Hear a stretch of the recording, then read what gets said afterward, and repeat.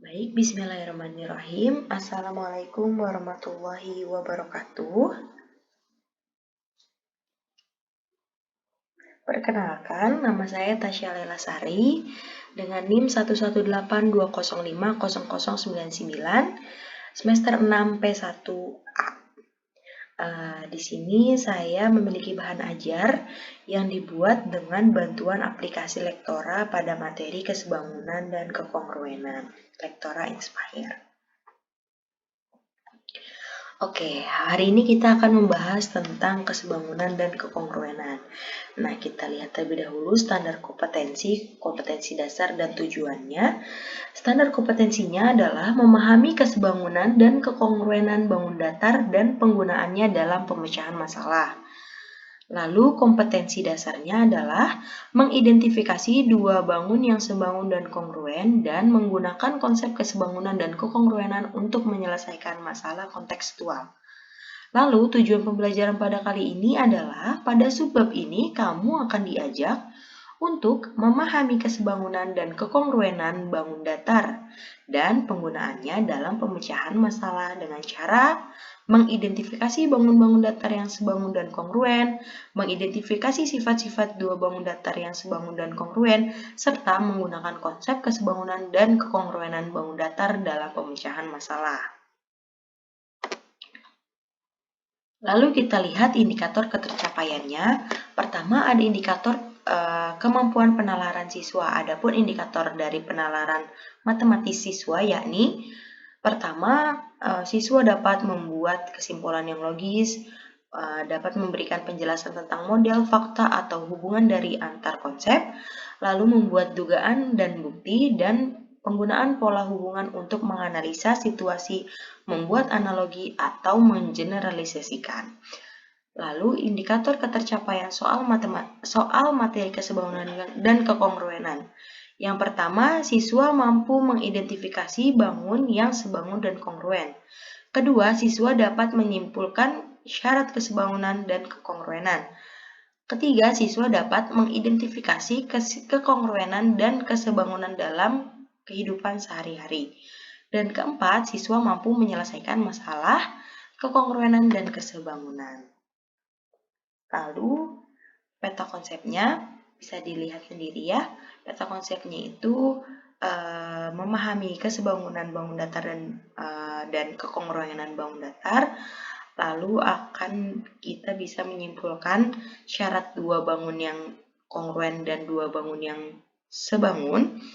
Nanti dari situ kita membangun konsep kesebangunan segitiga dan kekongruenan segitiga. Namun pada pertemuan kali ini kita akan membahas kekongruenan bangun datar dan kesebangunan bangun datar terlebih dahulu. Untuk kesebangunan dan kekongruenan segitiga akan dibahas pada pertemuan selanjutnya.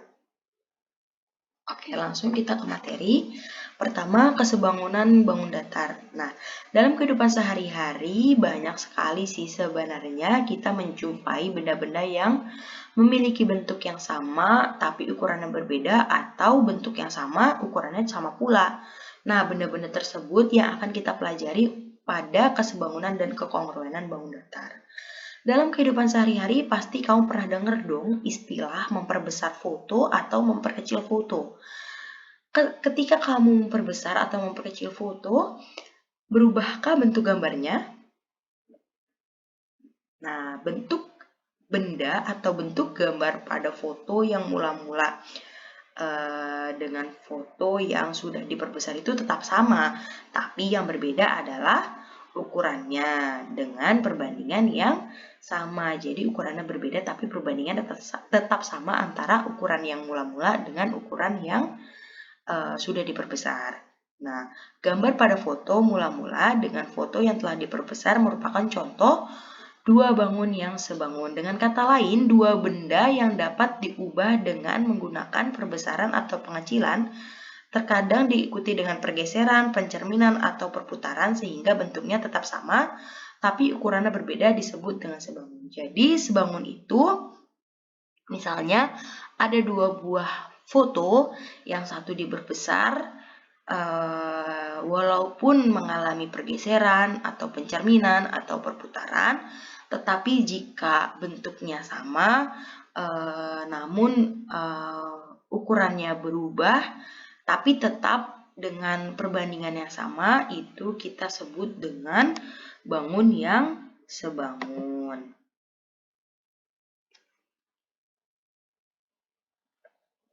Lalu selanjutnya contohnya, ini di sini ada gambar 1 dan gambar 2. Gambar 1 merupakan gambar klise, yang kedua adalah gambar setelah dicetak. Nah, klise itu merupakan apa ya? Pita foto yang gambarnya tuh kecil-kecil banget, warnanya tuh coklat atau warnanya tuh hitam. Nah, pada klise ini gambarnya tuh sangat kecil ya. Di sini kita bisa lihat ini sebagai contoh, panjangnya itu 7 cm dan lebarnya 5 cm. Lalu setelah kita cetak akan menghasilkan foto yang panjangnya 15 cm dan tingginya 11 cm. Nah, ini merupakan contoh dari dua buah bangun yang sebangun, di mana yang satu ini bentuknya lebih besar, yang satu lebih kecil, atau besarnya itu berbeda namun bentuknya itu sama, tidak ada perubahan gitu ya dari gambarnya. Dari penguin itu nggak ada perubahan, atau bentuknya dari gambar awan atau bentuk dari manapun tidak ada yang berubah, namun hanya ukurannya saja yang berubah. Oke, kita coba perhatikan gambar di bawah ini. Kita coba jawab bersama-sama ya. Di sini ada gambar ABCD dan EFGH. Apa bangun datar ABCD di atas? Nama bangun datarnya adalah? Iya, betul, persegi panjang. Lalu, apa nama bangun EFGH? Apa yo? Iya, persegi panjang juga. Jadi ABCD dan EFGH merupakan bangun persegi panjang. Nah, bagaimana ukuran perbandingan sisi-sisi bersesuaian atau yang seletak pada gambar di atas? Kita lihat gambar garis sisi AD. Sisi AD ini bersesuaian sama yang mana nih? Sama yang ini. Atau seletak sama yang mana nih di sini? Ya, seletak sama yang EH. Jadi AD itu bersesuaian dengan EH. AD panjangnya 6 cm dan EH panjangnya 4 cm. Jadi di sini kita isi 4, maka perbandingannya adalah 3:2. Lalu kita lihat sekarang AB. AB panjangnya 9 dan EF panjangnya 6. Maka perbandingannya adalah 9:6 atau 3:2. Nah, perbandingannya yang AD per EH 3:2 dan AB per EF 3:2 juga sama.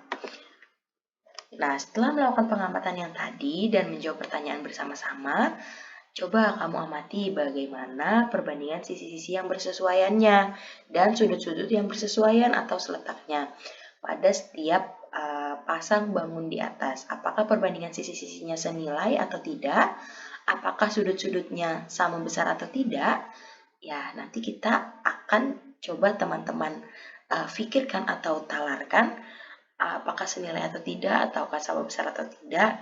Nah, sambil kita bernalar bersama, kita pelajari lebih lanjut supaya lebih paham. Oke, kita perhatikan gambar ini, masih sama gambar yang tadi. Ada persegi panjang ABCD dan EFGH. Kita lihat nih sudut-sudut yang bersesuaian. Di situ ada sudut A dan sudut E.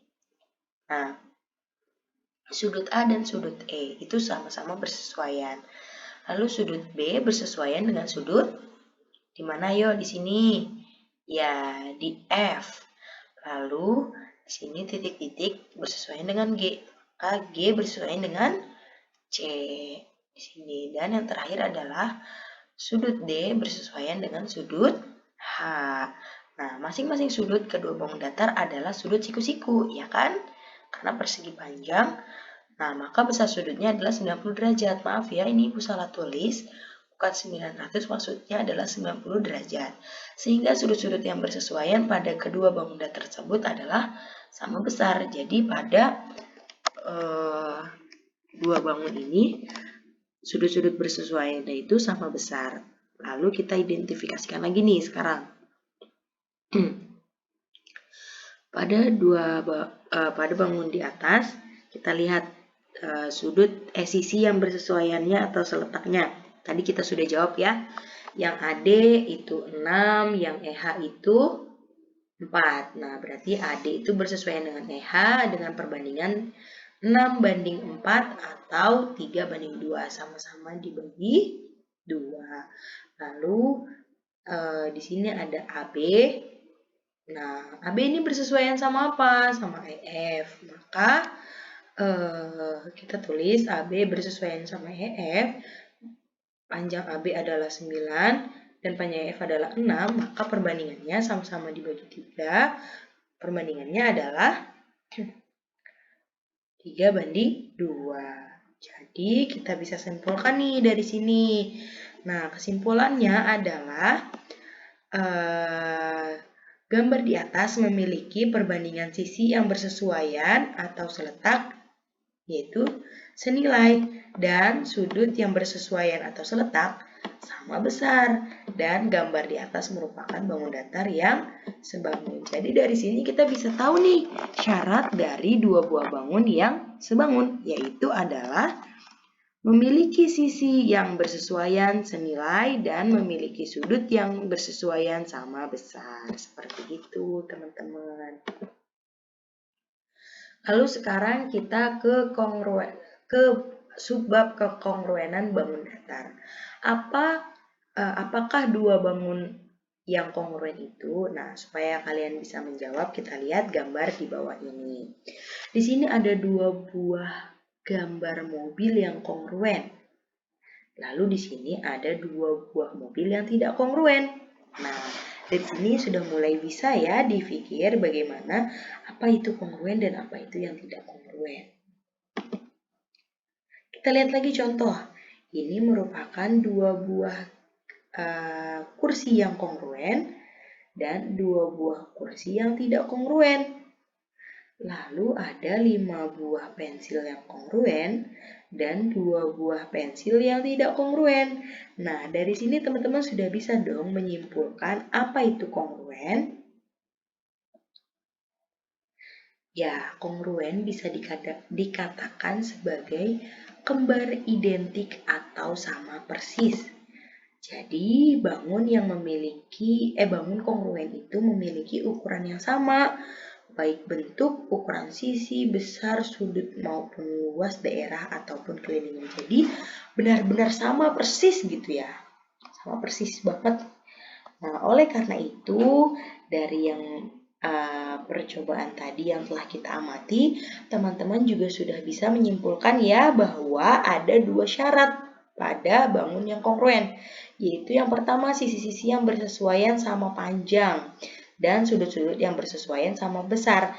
Nah, coba ayo perbedaannya kongruen dengan sebangun itu apa? Ya, kalau sebangun itu sisi-sisi yang bersesuaiannya itu bukan sama panjang, tapi senilai. Nah, tapi kalau kongruen itu sama panjang, karena kalau kongruen itu sama persis. Ibaratnya kita membeli dua produk yang sama. Kita beli dua beng-beng, maka beng-bengnya itu sama. Tidak ada bedanya sama sekali kayak gitu. Oke, selanjutnya kita lihat di sini ada dua buah bangun yang kongruen. Nah, dua buah bangun yang kongruen walaupun dia mengalami pergeseran atau pencerminan atau perputaran seperti ini ya, ini terputar, itu kalau bentuknya sama, ukurannya sama, sudutnya sama, panjangnya sama, maka itu tetap dikatakan kongruen. Nah, di sini kita akan mempelajari tentang sudut-sudut yang bersesuaian dan sisi-sisi yang bersesuaiannya. Nah, di sini kita lihat dulu sudut-sudut yang bersesuaian. Sudut A. Nah, sudut A ini bersesuaian sama apa nih pada gambar ini? Yaitu pada F. Lalu berarti ukuran sudut A atau measure, ini M ini artinya measure ya. Nah, berarti ukuran sudut A sama dengan ukuran sudut F. Ingat tadi syarat ya, berarti kan ukuran pada bangun yang kongruen itu sama. Berarti ukuran sudut A sama dengan ukuran sudut F. Lalu sudut B dengan sudut G. Sudut B dengan sudut G ini merupakan sudut yang bersesuaian, berarti ukuran sudut B adalah sama dengan ukuran sudut G. Lalu ukuran sudut lalu sudut C sama atau bersesuaian dengan sudut H. Maka ukuran sudut C sama dengan ukuran sudut H. Lalu sudut D bersesuaian dengan sudut apa yo?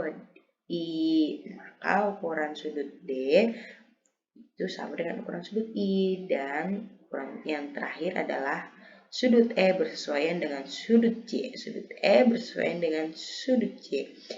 Maka ukuran sudut E itu sama dengan ukuran sudut C. Nah, sisi-sisi yang bersesuaian, kalau tadi kan senilai atau sebanding gitu ya. Kalau sebangun itu sebanding perbandingannya. Kalau misalnya kekongruenan itu berarti nilainya sama. Misalnya sudut AB. Nah, itu tadi kan bersesuaian dengan maksudnya sisi AB itu bersesuaian dengan sisi FG. Berarti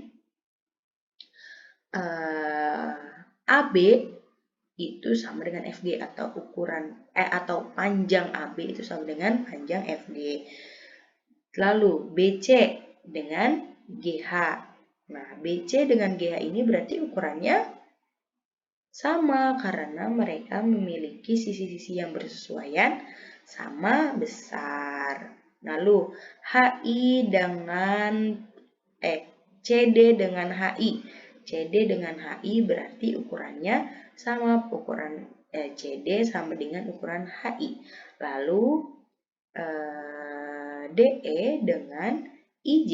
DE dengan IJ berarti ukuran panjang DE sama dengan ukuran panjang IJ. Lalu yang terakhir,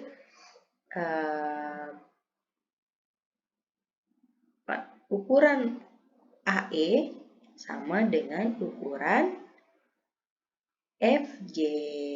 Maka panjang AE atau EA sama dengan JF atau FJ.